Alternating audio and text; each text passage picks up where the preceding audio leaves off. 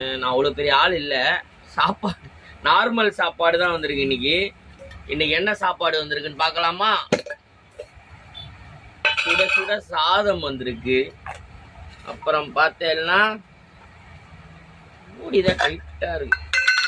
சாம்பார் வந்திருக்கு. சாம்பார்ல வந்து பச்சை மிளகா ஒன்று இருக்கு. அப்புறம் ஒரு கத்திரிக்காய் இருக்கு. 2 கத்திரிக்காய் இருக்கு. அப்புறம் இன்னொரு கத்திரிக்காய், மொத்தம் 3 கத்திரிக்காய் இருக்கு. ஒரு 5 கருவேப்பிலை இருக்கு. ஒரு 2 தக்காளி பீஸ் இருக்கு.